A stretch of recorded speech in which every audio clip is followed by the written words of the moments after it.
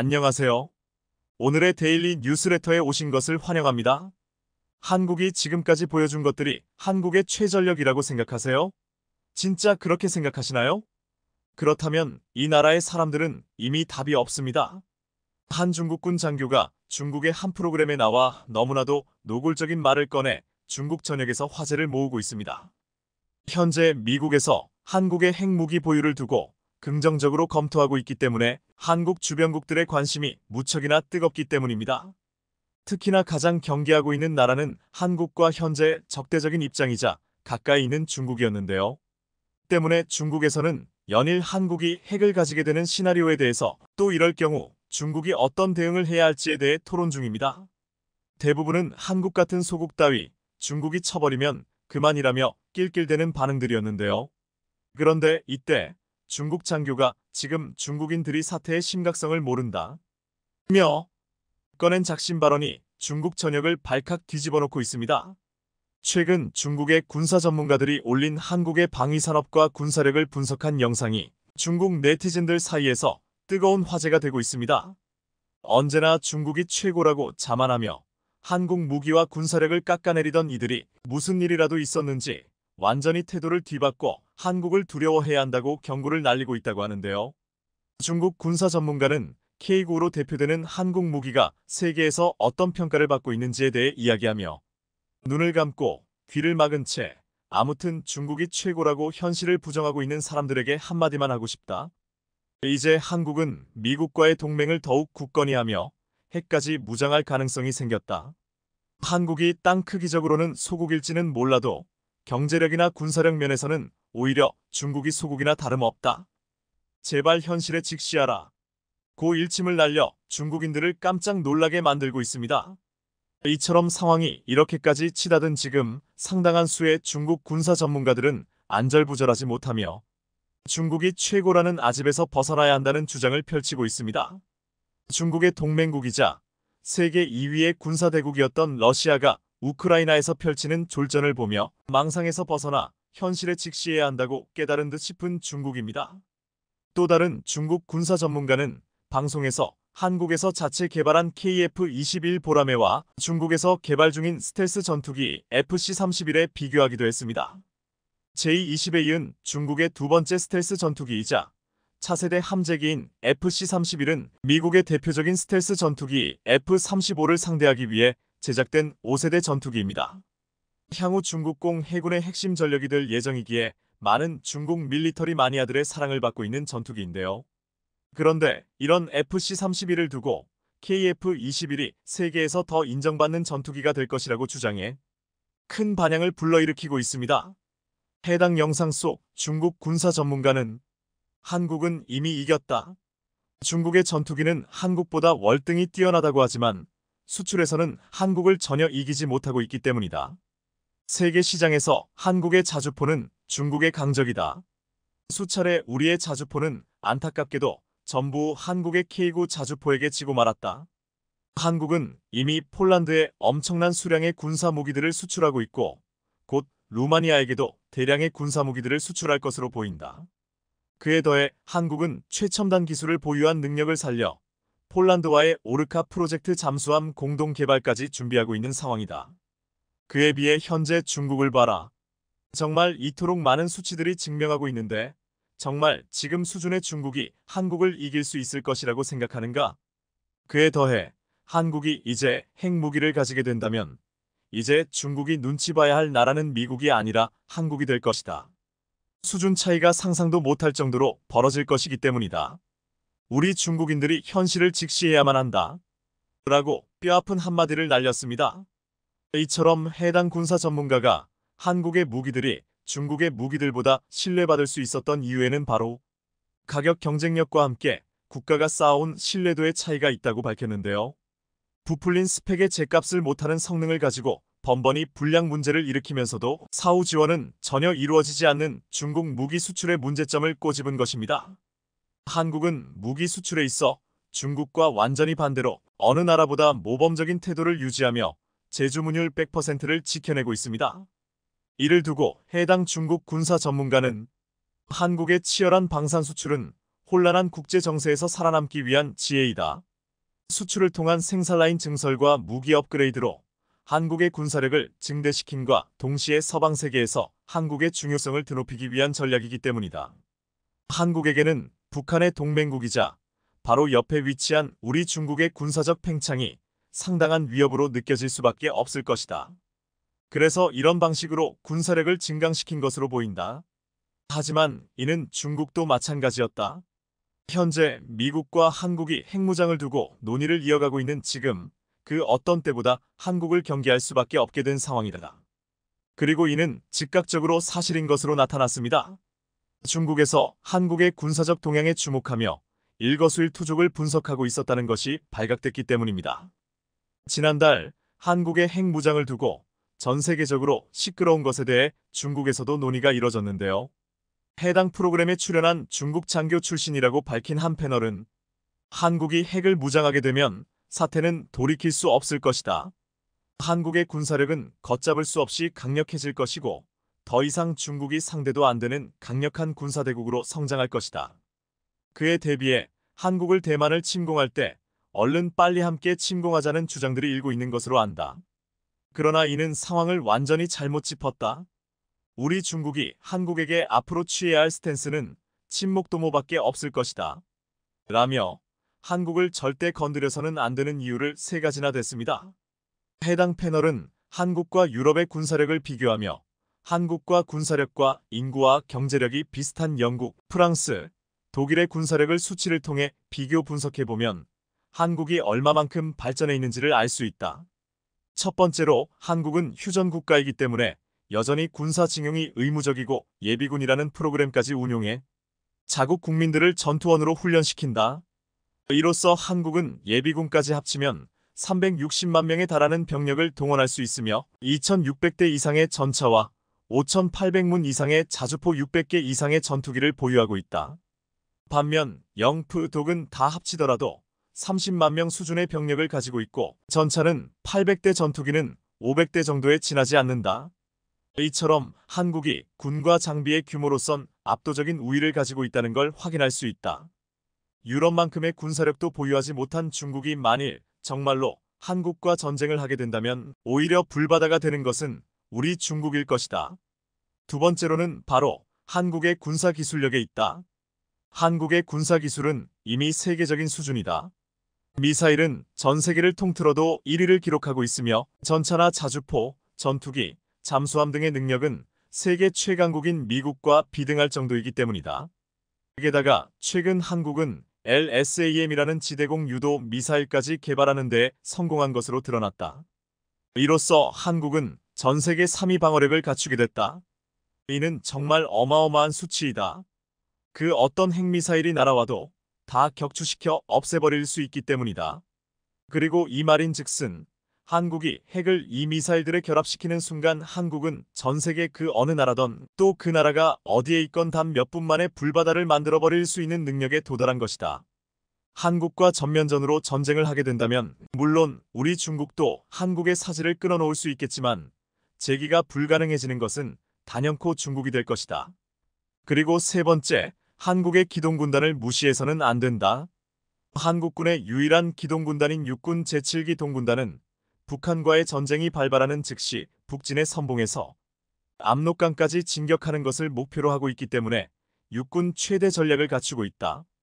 영국, 프랑스, 독일 이 세 나라의 전차를 합친 것보다 더 많은 800대의 전차 전력을 보유하고 있는 군단으로 현재 한국 육군이 보유한 전차의 40%가 제7기동군단에 배치되어 있는 상태이다.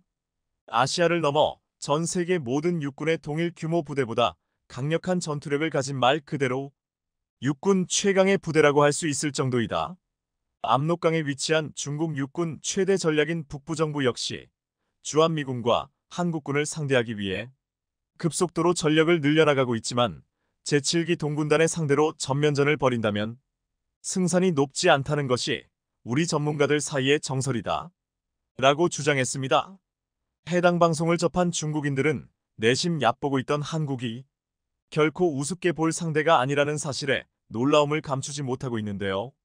이들은 한국이 확실히 강하긴 하구나. 역시 한강의 기적을 만든 한국인 건가? 라며 두려움을 숨기지 못하고 있습니다. 한국을 인정해주는 모습은 기분이 좋기도 하지만 한국에 대한 경계도 역시 높아졌기에 우리 역시 방심하지 않고 더더욱 만전의 태세를 갖추어야 할 것 같습니다.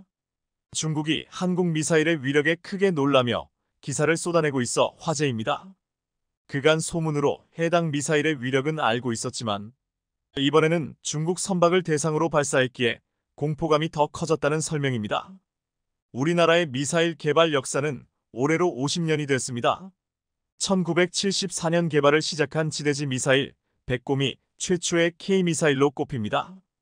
이후 1990년대 들어 전략무기인 현무지대지 미사일과 지대공 미사일 천마, 2000년대에는 함대함 미사일 해성과 휴대용 대공 미사일 신궁 등이 연이어 개발돼 전력화가 됐습니다.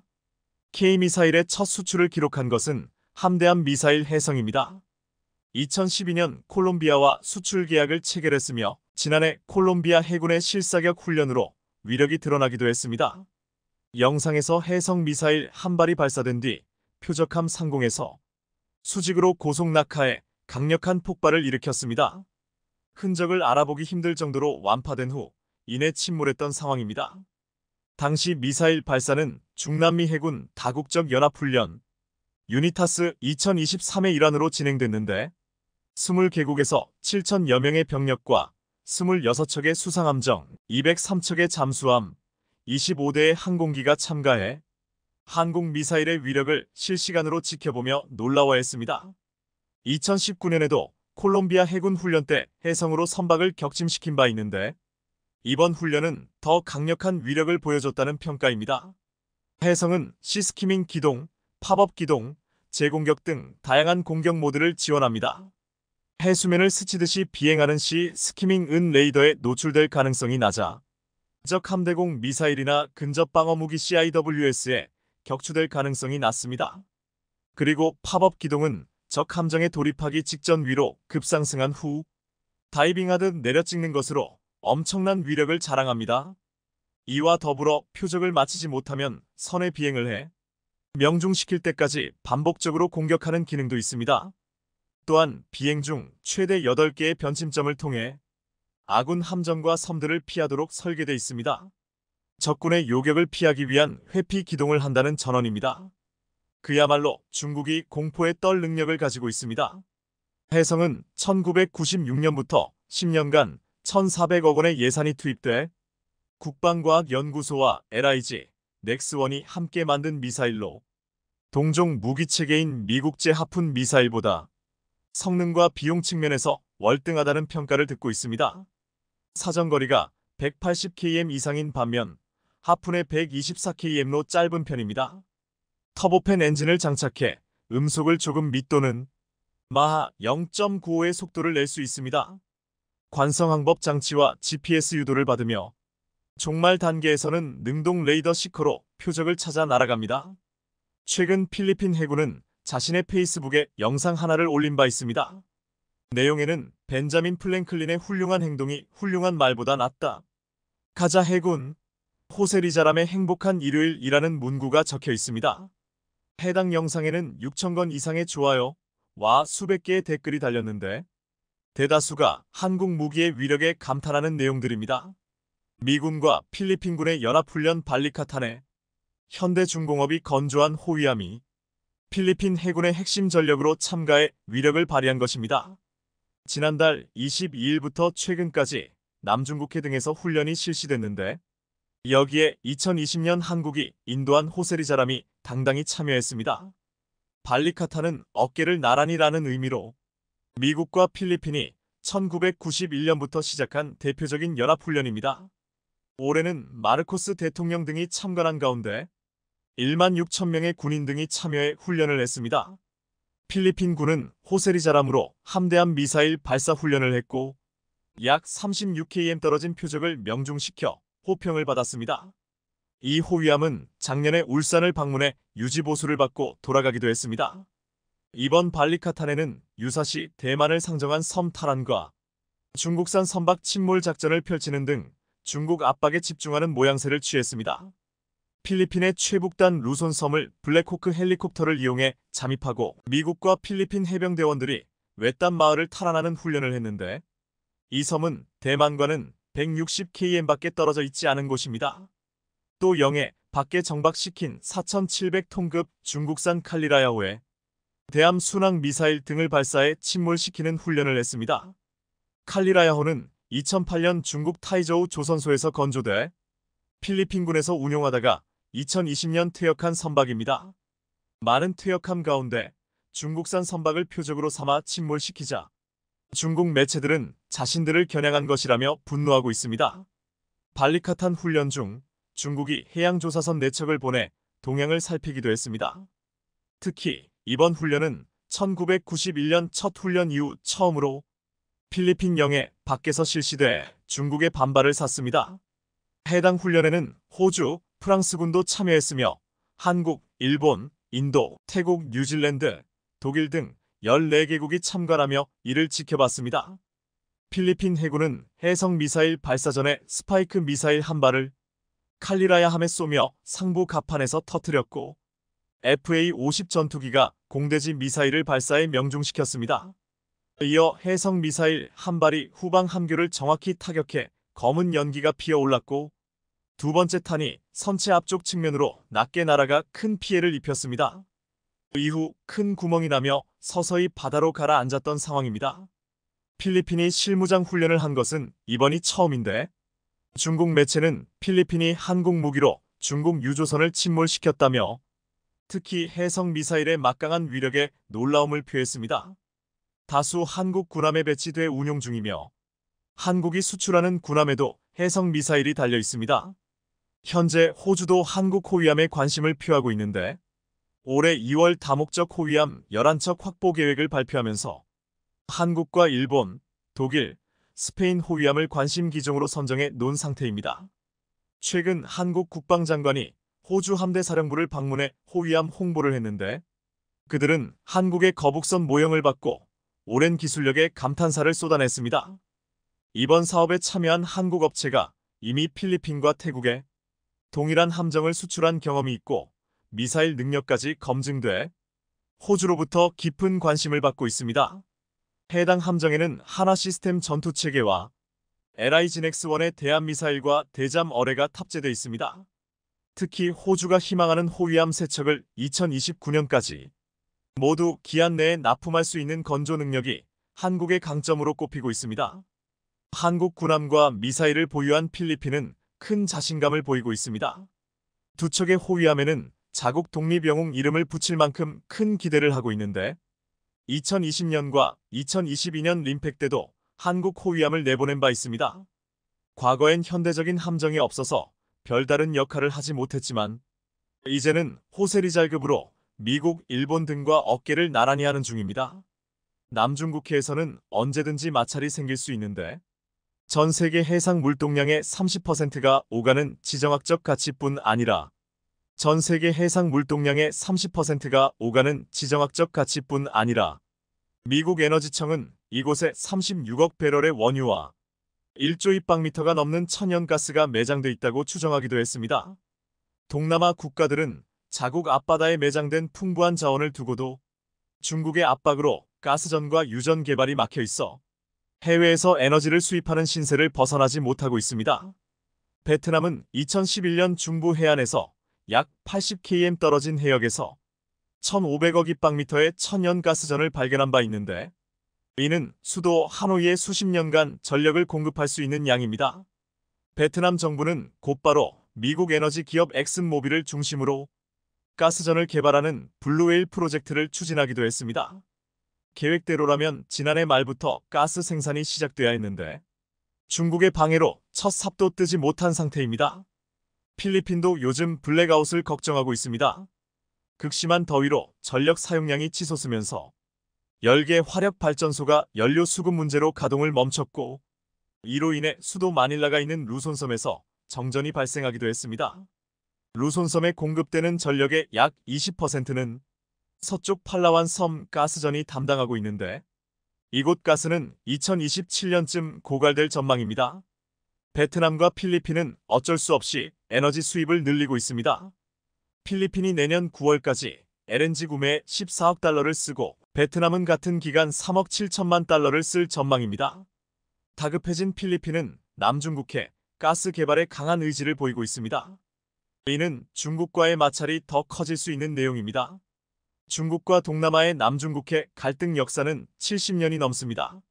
1953년부터 중국 측이 구단선이란 자의적 해상 경계선을 긋고 남중국해의 90%가 자신의 소유라 말하고 있습니다. 지난해 8월에는 한술 더 떠대만 동부 해역을 추가한 10단선을 주장하기도 했습니다. 중국은 오랫동안 남중국해에 임의로 인공섬을 건설했는데 여기에 설치된 20여 개의 전초기지엔 활주로와 레이더 등 군사시설이 갖춰져 있습니다. 미국 또한 남중국해에 군함을 파견하는 등 남중국해 해상 방위력 확대 수요가 크게 늘어 있습니다. 미국은 자본 투자를 통해 대만에 인접한 필리핀 섬에 항구 건설까지 추진하고 있습니다. 대만 남부에서 직선거리로 200km, 필리핀 수도 마닐라에서는 860km 떨어진 곳입니다. 미군이 이용할 수 있는 필리핀 내 군사기지는 4곳에 달하는데 이번 항구도 미국 자본으로 건설되는 만큼 미 해군이 접근할 수 있을 것으로 보고 있습니다. 최근에는 중국이 필리핀에 스파이를 대거 보낸 정황이 포착되기도 했습니다. 필리핀 최북단에 있는 루손섬 카가얀주 미군기지 인근 대학에 중국 유학생 4,600명이 갑자기 몰려온 것입니다. 필리핀에 있는 미군 기지 4곳 중 3곳이 이 섬에 있는데 필리핀 군 당국은 중국 스파이들이 감시 염탐 활동을 위해 학생으로 위장했을 가능성에 무게를 두고 조사를 하고 있습니다. 학생들은 학위 취득을 위해 약 4,800만 원을 지불했지만 일부는 수업 참석조차 하지 않은 것으로 알려졌습니다. 필리핀에서는 군사시설이나 조직에 중국인이 다수 근무하는 중으로 지난달에도 필리핀 해양경비대 산하보조대에 중국인 36명이 이 3년간 소속된 것이 드러나 논란이 됐습니다. 중국은 최근에도 사비나 암초에서 소규모 매립 활동을 진행했고 마르코스 대통령은 이를 비판하며 해경선을 파견하기도 했습니다. 이곳은 최대 분쟁 해역인 세컨드 토머스 암초에 있는 필리핀군 병력에 물자를 보급하는 선박 집결지입니다. 이런 상황에 중국 해경선이 최근 필리핀 선박을 공격하면서 인명살상이 가능한 고압 물대포를 사용해 논란이 되고 있습니다. 이 공격으로 필리핀 해경선의 철제 난간이 파손되고 배 지붕의 골조가 휘어진 것으로 나타났습니다. 또 함께 공격받은 선박도 항해, 전기, 난방 등의 시스템이 피해를 입었습니다. 필리핀 해군 준장은 물대포로 해경선 난간이 어떻게 휘어졌는지 살펴보면 그 물대포가 매우 치명적임을 알 수 있다는 언급을 했습니다. 배 구조가 손상될 정도의 압력을 가진 물대포로 직접적인 공격을 당한 것은 이번이 처음이라는 설명입니다. 지난해 9월 이후 중국이 물대포를 쓴 것은 최소 7차례에 이르는데 지난 3월에도 해군 수병 7명이 부상을 당한 바 있습니다. 중국군은 지난달 토머스 암초 분쟁을 염두에 두고 무장한적 어선을 겨냥한 실사격 훈련을 하기도 했습니다. 화가 난 필리핀은 한국 군함을 적극 투입해 훈련을 하는 등 중국에게 분노를 표하고 있는 상황입니다. 현대중공업은 현재 필리핀에 보낼 초계함 2척과 원해 경비함 6척을 추가로 건조 중입니다. 이것이 인도되면 필리핀 해군이 더 막강한 위력을 발휘할 전망입니다. 필리핀은 한국 군함과 해상 미사일로 중국의 위협에 당당히 맞서길 바랍니다. 최근 우리나라 현대중공업에서 조선 산업 역사에 남을 만한 진기록을 세운 상황에 중국의 입장이 굉장히 난처해졌다는 소식인데요. 얼마 전 미국의 볼티모어 교량에 충돌한 화물선이 한국에서 제조되었다며 한국 조선 기술력에 문제를 제기하던 중국이 오히려 선박 유지 보수와 수리 작업이 중국에서 진행되면서 선박 결함의 책임이 중국으로 좁혀졌다는 소식으로 국제적 망신을 당한 지 일주일도 안 지났는데도 불구하고 이번엔 망신이 아니라 수십조, 그 이상의 손실을 볼 수밖에 없는 상황에 놓였습니다. 현대중공업이 남미 페루에서 수조 원 가치의 계약을 미국, 독일, 프랑스, 스페인, 이탈리아, 네덜란드, 그리고 중국까지 쟁쟁한 국가들과의 경쟁에서 승리한 뒤 30년 독점 계약을 따낸 상황인데요. 그런데 페루는 이번 사업에서 한국을 선택한 것뿐만 아니라 기존의 중국에게 독점적 지위를 부여한 항만 건설 및 운영권을 중국의 귀책 사유를 물어 완전히 파기하겠다는 상황입니다. 이에 중국 외교당국은 비상이 걸려서 급하게 페루로 날아가기까지 한 상황이라고 하는데요. 몇 시간 전 페루 해군 사령부 측에서 차세대 군함 건조 사업의 계약 당사자로 한국의 HD 현대중공업을 선정했다고 밝히면서 현대중공업 측은 페루의 국영 SIMA 조선소로부터 1500T급 상륙함 2척과 2200T급 원해 경비함, 그리고 3400T급 다목적 호위함 1척을 수주해 총 4척의 군함을 1차로 수주했으며 사업 금액은 6천억 원이 넘는 것으로 알려졌습니다. 페루 정부는 앞으로 23척의 해군 선박을 추가로 건조한다는 계획이며 여기에 최우선 사업 대상자는 HD 현대중공업으로 확정이 난 상황입니다. 업계에 따르면 현대중공업이 23척의 선박을 모두 건조한다면 기대 수익만 3조 원이 훌쩍 뛰어넘을 것으로 알려졌는데요. 그런데 이번에 페루 해군 현대화 사업에 뛰어든 국가는 한국의 현대중공업 이외에도 미국, 영국, 프랑스, 독일부터 네덜란드, 스페인, 이탈리아까지 쟁쟁한 실력자들이 많았지만 그 중에서도 이번 사업 수주가 가장 뼈아픈 국가는 바로 중국입니다. 중국은 페루의 이런 군현대화 사업을 염두에 두고 페루에 많은 투자를 해왔기 때문인데요. 중국의 국영기업인 중국 원양해운 COSCO에서 4조 6천억 원을 투입해 창카이 메가포트를 건설 중에 있는데 중국은 창카이 항구들 통해 중국산 물건이 남미로 빠르게 흘러들어 갈 수 있도록 하기 위해서 창카이 항구를 전략 거점으로 삼고 6년 이상 개발에 나서고 있는 상황입니다.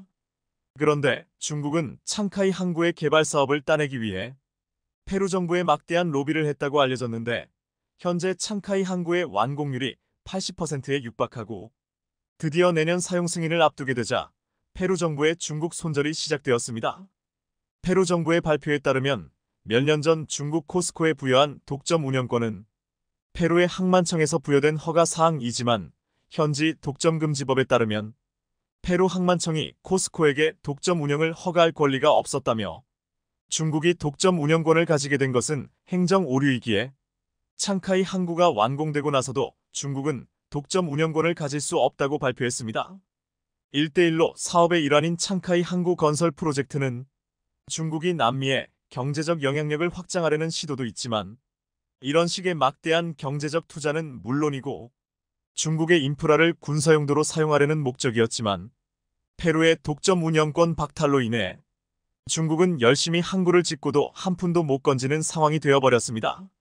이에 중국의 코스코 측은 페루 당국을 향해 몇 년 전 허가와 승인을 해놓고 하루아침에 말을 바꿔버리면 국제사회에서 페루의 신뢰도는 산산조각 날 것이라고 발표했지만 페루 당국은 중국 측이 항만 관련 사업을 따내기 위해 권한도 없는 항만청의 중요인물에게 대규모의 로비를 한 것을 포착했다며 이번 조치가 불만이라면 국제사법재판소에게 제소하라고 목소리를 높였습니다. 중국이 독점 사업을 따내기 위해 법적으로 허용되지 않는 일을 한 것이 드러나자 중국은 고위급 외교 당국자를 급파하는 등 조치에 나서고 있지만 페루는 계속해서 자국 최대이자 남미 최대 항구의 독점적인 운영권을 중국에게 결코 넘길 수 없다는 입장입니다. 이어서 중국 측은 이렇게 나온다면 창카이 항구를 완공하지 않고 미완성인 상태로 두겠다고까지 배짱을 부리고 있지만 페루 측은 이미 해당 항구의 공정률이 83%에 달하며 이제는 중국이 아니라 어떤 기업이 와도 8개월 내에 완공시킬 수 있는 단계이기에 중국이 떠날 테면 떠나라라는 입장을 보이고 있습니다. 중국의 국영기업이 부정한 방법으로 페루의 알짜배기 사업을 먹으려다 참교육당한 일이 속 시원하긴 하지만 한편으로 우리나라 HD 현대중공업도 이렇게 먹튀를 당하면 어쩌냐는 우려도 나오고 있는데요. 다행히도 사업 구조상 한국이 먹튀를 당할 일은 없는 상황입니다. 첫 번째 이유로 사업이 분할되어 있습니다. 현대가 수주한 이번 사업은 30년간 독점으로 23척의 군함을 건조하는 것인데 이번엔 1차로 4척만 먼저 건조하는 것이며 건조가 시작되기 전 착수 및 계약금을 받고 건조가 완료되면서 검수와 동시에 남은 금액을 완납하게 됩니다. 이때 현금으로 받지 않더라도 이자가 발생하는 채권으로 받을 수 있고 페루 측이 지급 거부를 한다면 우리도 완성된 군함을 넘겨주지 않을 수 있습니다. 욕심을 부리다가 탈이 난 중국과는 상황이 완전히 다르다는 것인데요. 중국의 경우는 30년 독점 운영권만 철석같이 믿고 항만 건설 비용을 굉장히 낮게 책정하여 사업을 따냈기 때문입니다. 중국은 창카이 항구 지역을 남미의 상하이로 만들겠다며 대대적인 투자를 예고했지만 완전히 무용지물이 되어버린 상황에 중국의 서열 3위인 자오러지는 중국에 투자하는 것은 미래에 투자하는 것이라며 국제사회가 중국과 손잡아야 한다고 강조했습니다. 국제사회가 빠르게 등을 돌리는 만큼 중국 내에서도 위기감이 팽배한 상황인데요. 지구 반대편 페루에서도 수십조 원을 투자한 중국은 가까운 거리의 동남아 지역에서도 100조 원 이상의 투자금을 들여 1대1로 프로젝트를 진행하고 있지만 최근 중국의 경기가 빠르게 식으면서 70조 원 이상의 자금이 부족할 것이란 예측이 나오고 있는데요. 1대1로와 관련 있던 중국 내 건설기업과 은행들이 연이어 파산 중인 상황에 동남아시아에서 버려놓은 사업이 완공되기도 전에 완전히 멈춰설 것이란 우려가 현실이 되어가고 있습니다. 중국 측 보고서에 따르면 동남아 지역에서 중국이 벌인 사업은 2025년까지 80% 완성한다는 목표였지만 2024년 현재 전체 평균 30% 근처에도 못 온 상황입니다. 여기엔 원자재 가격 상승부터 다양한 요인이 얽혀 있는데 이대로라면 중국은 2030년이 되어도 공정률 80%를 달성하기 어려울 것이란 전망입니다. 중국 측도 이런 사실을 알고 있는지 천문학적인 금액을 투자해 버려놓은 사업들 중에서 수익성이 부족하다 싶은 인프라 사업은 빠르게 정리하고 있는 모습이 나오는데요. 중국의 이런 전략은 애초에 성공할 수가 없는 사업 모델이었습니다. 유동인구가 많고 세계적인 도시에 인프라를 깔아도 원금이 회수될까 말까인데 저개발 국가에 인프라를 깔아놓고 자신들이 아무리 운영권을 가져간다 해도 그것으로 지속 가능한 수익을 얻기란 불가능에 가까운 전략이라는 것입니다. 대표적인 사례로 중국은 캄보디아 프놈펜의 신공항을 건설 중에 있는데요. 해당 신공항의 건설 비용이 인천국제공항 건설 비용과 맞먹는 것으로 알려졌습니다. 애초에 캄보디아 공항 수요가 한국의 한 10분의 1에 불과한데 커다란 공항을 지어놓는다고 해서 사람이 많이 오고 흑자를 낼 것이라는 착각이 한편 중국을 손절한 페루도 믿는 구석이 있습니다. 중국이 창카이 항만 사업을 접고 지금 당장 나가도 세계 인류의 기술력을 갖춘 한국에서 더 빠르고 정확하게 완공할 수도 있기 때문입니다. 여기에 중국에 밀려 1위를 내어준 선박 수주량도 3년 만에 다시 세계 1위를 탈환하였고 중국의 배를 더욱 아프게 만들었는데요. 2024년 1분기 기준으로 한국은 18조 5천억 원의 수주를 기록했고 중국은 17조 원을 기록했습니다. 그런데 물량으로는 중국이 한국을 따라왔지만 세부적인 내용에선 많이 뒤처지는 모습인데요. 첫 번째로 중국은 정부의 지원금을 받고 있고 저가 수주 공세로 주로 기술력 수준이 높지 않은 벌크선 위주의 수주가 대부분이지만 한국은 까다로워진 국제 환경 규격에 맞춰진 친환경 하이테크 선박 위주로 판매 실적을 재편한 상황입니다. 최근 미국과 유럽 등 서방 국가들 중심으로 빠르면 2030년 늦어도 2035년 이후에 자국 항만에 입항하는 선박은 모두 친환경 선박이어야 한다는 규정을 만들고 있고 기존의 선박용 중유를 사용하는 일반 벌크선들은 추가적인 환경 부담금을 납부해야 하는 방향으로 환경 관련 법안이 개선되고 있습니다. 이에 한국의 선박 제조사들은 발빠르게 천연가스를 활용하는 친환경 LNG 추진 선박과 메탄올 추진 선박을 계획하고 판매하고 있는데요. 이 두 가지 선박은 한국의 기술력이 세계 제일이며 중국은 한국과 5년 이상의 기술 격차가 나는 것으로 알려졌습니다.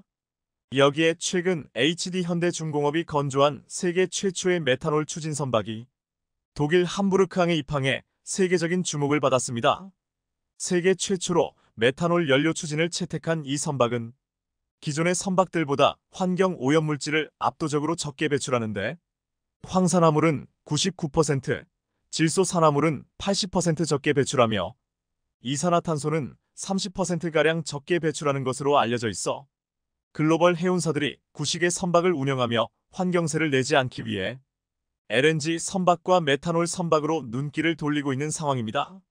이런 친환경 선박들은 기존의 선박과는 다르게 엔진부터 연료 체계와 시스템까지 최첨단 하이테크 방식이 적용되어 납품 가격이 비쌀 수밖에 없는데요. 그럼에도 미국과 유럽에서 친환경 세금을 덜 내면서 수십 년을 운용한다는 걸 감안해보면 나쁘지 않은 선택이고, 이런 친환경으로의 거대한 흐름은 글로벌 해운사들이 피할 수 없는 상황입니다.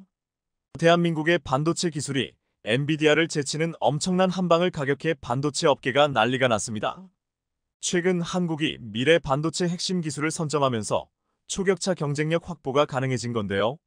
글로벌 반도체 업계 치열한 경쟁으로 핵심 기술 인재 유출이 이어지고 있는 상황에서 엄청난 희소식이 전해져 앞선 영상에서 소개해드린 것처럼 최근 전 세계적으로 AI 반도체 전쟁이 불붙으면서 반도체 인력 유출이 점점 노골적으로 깊숙이 진행되고 있는 상황인데요.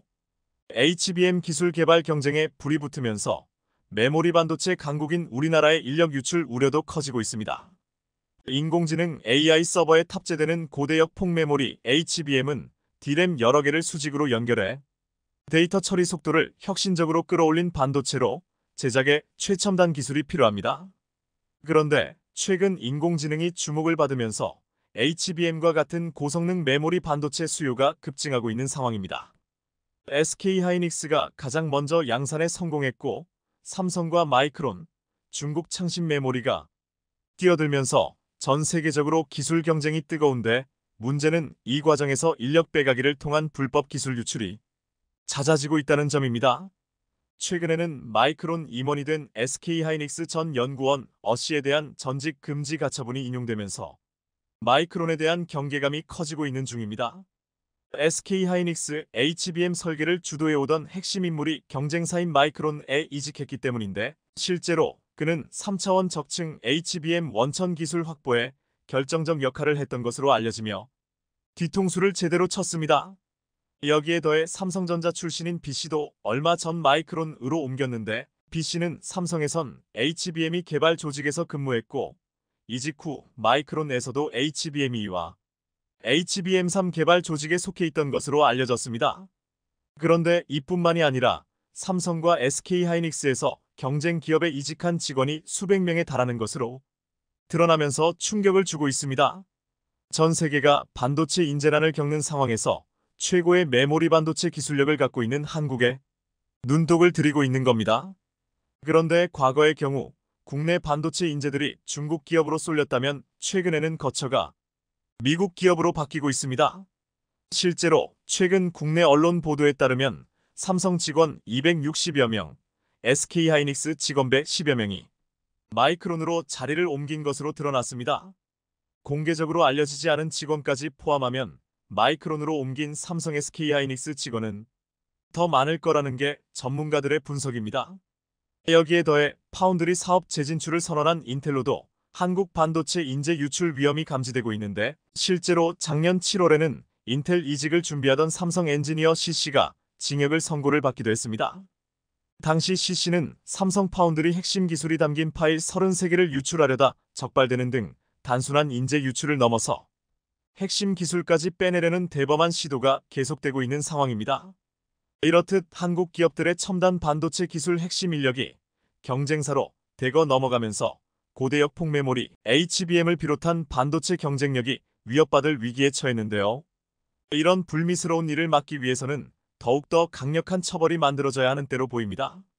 우선 기업에선 경제적 인센티브와 커리어 관리를 통해 인재를 붙잡아 두는 당근이 필요해 보이며 기업에만 맡길 것이 아니라 국가 차원에서도 강경한 대응이 필요합니다. 한국도 대만 간첩법처럼 별도 법률을 제정해 처벌을 강화할 필요가 있으며 양형 기준을 좀 강화해서 경각심을 가질 수 있도록 하는 게 중요해 보입니다. 최근 대법원 양형위원회가 국가 핵심 기술을 국외로 빼돌릴 경우 최대 징역 18년형까지 선고하도록 하는 방안을 마련해 이달 말 확정 지을 예정인데 모쪼록 강력한 처벌이 있어야 할 것 같습니다. 그런데 최근 국내 연구진이 엔비디아 AI 반도체의 625분의 1의 전력을 쓰는 제품을 개발해내며 반도체 업계에 말 그대로 쇼킹을 안겨줬습니다. KAIST 연구팀이 최근 세계적으로 수요가 급증하고 있는 L 반도체를 자체 개발했는데 엔비디아보다 전력을 적게 쓰면서 심지어 크기는 더 작다고 하는데요. 이에 따라 사람과 대화하고 각종 정보를 찾아주는 GPT 같은 거대 언어 모델 LLM AI를 배터리 소모 걱정 없이 스마트폰으로 장시간 사용할 수 있는 기반이 마련됐다며 들썩이고 있습니다. 반도체 업계에 따르면 최근 유해준 KAIST 인공지능 반도체 대학원 교수팀이 초전력 초고속 AI 반도체의 핵심 기술인 상보형 트랜스포머를 세계 최초로 개발했습니다. 성능이 뛰어나면서도 전기는 매우 적게 사용하는 AI 반도체를 개발한 겁니다. 실제로 국내 연구진이 이번에 개발한 AI 반도체를 활용해 오픈AI의 GPT-2 모델을 구동시킨 결과 언어를 생성하는 데 0.4초밖에 걸리지 않았으며 여기에 사용된 전력량은 400mW에 불과했습니다. 연구진이 이런 초저전력 기술을 만들 수 있었던 것은 AI를 돌리는 기술 두 가지의 특징에 집중했기 때문인데요. AI 작동 기술 중 하나는 스파이킹 뉴럴 네트워크, SNN로. 이는 실시간 정보 처리에 유리하지만 복잡한 정보를 처리하는 능력은 약한 게 특징입니다. 또 다른 기술은 심층 인공신경망, DNN인데 DNN은 이미지 인식과 비디오 정보 분석 같은 고난도 정보 처리가 가능합니다. 그런데 국내 연구진은 정보를 담은 데이터 크기가 작으면 SNNY DNN보다 전기를 더 적게 쓴다는 점을, 반대로 데이터가 클 경우 DNN이 SNN보다 전기를 썼다는 사실을 알아냈습니다. 유 교수는 이론 단계에 머물러 있던 고성능 초저전력 AI 반도체를 실제로 구현하고 GPT-2를 구동시켰다는 점, 온디바이스 AI의 솔루션을 제공했다는 점에서 큰 의의가 있다고 말했는데요. 온디바이스 AI는 스마트폰, 전기차 등 기기에서 직접 AI를 구동할 수 있는 기술로 데이터 서버를 거치지 않고 기기에서 바로 데이터를 처리하기 때문에 속도가 빠르고 보안 측면에서도 안전에 많은 기업이 관심을 보이는 분야입니다. 다만 그동안 개발된 AI 반도체는 전력 소모가 너무 커 온디바이스 AI로 이용하기에 제약이 많았지만 이런 문제들을 해결한 겁니다. 유 교수는 현재 상용화된 퀄컴의 최신 AI 반도체도 GPT-2를 구동하기 어렵다며 이번에 개발한 AI 반도체를 갤럭시 S24에 연결해 GPT-2를 구동시킨 결과 무리 없이 작동했다고 설명했습니다. 현재 KAIST 연구팀은 본격적인 온디바이스 AI 반도체를 개발하기 위해 삼성과 긴밀하게 협력하며 초격차 기술을 육성한다는 계획인데요. 이렇듯 한국의 기술 인재들이 세계 최고 수준의 기술력을 구현해 미국을 능가하는 엄청난 일을 저지른 겁니다. 여기에 더해 최근 국내 연구진이 LLM 기반 절차 성능을 자동으로 평가하는 기술을 세계 최초로 개발해내면서 더욱더 활기를 띨 것으로 보이는데요. 이렇듯 이번에 절차 생성 AI 벤치마크 기술을 개발해내면서 빠르고 객관적인 절차 생성 성능 평가가 가능해질 전망입니다. 주요 언론에 따르면 지난달 전자통신연구원은 사람이 말로 작업을 명령하면 스스로 작업 절차를 이해하고 계획을 수행하는 절차 생성 인AI 성능을 자동 평가할 수 있는 로타 벤치마크 기술을 개발했습니다. 기존에는 이런 과정들을 사람이 직접 평가해야 했기에 손이 많이 갈 수밖에 없었습니다. 예를 들어 구글 세이켄을 비롯해 기존 연구에서는 여러 사람이 직접 작업 수행 결과를 관찰하고 성공 실패 여부를 투표하는 시기였습니다. 이 때문에 성능 평가에 긴 시간과 노력이 들고 평가 결과가 주관적이라는 문제점이 있었는데요. 하지만 이번에 ETRI 개발한 로타 벤치마크는 사용자 명령에 따라 LLM 생성 작업 절차를 실행하고 결과가 지시한 목표와 같은지 자동 비교해 성공 여부를 판단할 수 있습니다. 이로 인해 사람이 직접 했던 것보다 평가 시간은 물론 비용을 최소화할 수 있고 결과 또한 객관적이라는 장점을 지닙니다. 연구진에 따르면 이번 성능 평가는 미국 알렌시 연구소와 MIT 가상 시뮬레이션 환경에서 이뤄졌습니다. 전자레인지에 차갑게 식힌 사과를 넣으라는 일상적인 가사 작업 지시 명령을 내리고 각 작업 절차를 포함하는 데이터셋으로 평가한 것으로 전해집니다. 이번 기술 개발로 LLM을 이용한 로봇 작업 계획의 기술 성능 평가 시간은 물론 비용을 대폭 줄일 수 있을 것으로 기대되고 있는데요. 이런 가운데 최근 정부에서도 AI 반도체 지원에 나서는 등 민관 원팀을 만들어 반도체 정책 설정과 추진에 속도를 내고 있는 중이라고 합니다. 여기에 더해 국내 4대 그룹 중 유일하게 공채를 진행하고 있는 삼성도 올해 상반기에만 10,000명에 달하는 인력을 대거 수혈할 것으로 보이면서 반도체 인력 확보에 열을 올리고 있는데요. 글로벌 빅테크 기업들이 인력을 감축하고 있는 가운데도 삼성은 창업부터 이어온 인재 제일 경영 철학을 고수하며 올해도 대규모 채용 기조를 이어가는 겁니다. 반도체 업계에 따르면 최근 삼성은 계열사 19곳에서 올해 상반기 신입사원 공채를 진행한다고 밝히며 인재 공급에 열을 올리고 있는 중입니다. 이는 최근 마이크로소프트와 구글, 유튜브, 이베이 등 글로벌 빅테크 기업들이 연쇄적으로 인력 감축에 나선 것과 반대되는 행보라 업계 내에서 주목되고 있습니다. 이렇듯 삼성의 공격적인 신입사원 공채는 더 많이 투자하고 더 좋은 일자리를 제공하자는 이재용 회장의 뜻에 따른 것으로 알려졌습니다. 이 회장은 고 이건희 회장으로부터 이 철학을 이어받아 삼성 내 조직 혁신을 주도해 왔는데 특히나 인재 선점을 통한 초격차 경쟁력 확보에 주력하고 있습니다. 올해 1월 삼성전자 명장 15인을 만난 자리에서 이 회장은 미래는 기술 인재의 확보와 육성에 달려 있다며 인재가 마음껏 도전하고 혁신할 수 있는 환경을 만들겠다고 강조하기도 했습니다. AI 등 반도체 산업을 둘러싼 글로벌 경쟁이 치열한 만큼 불확실한 대내외 환경 속에서도 우수 인재 확보에 팔을 걷어붙이고 있는 건데요. 아무리 AI 반도체 시장 경쟁이 치열해졌다고 하지만 한국의 반도체 핵심 기술과 인력을 빼가는 건 거의 불가능한 일일 듯 싶습니다. 시청해주셔서 감사합니다.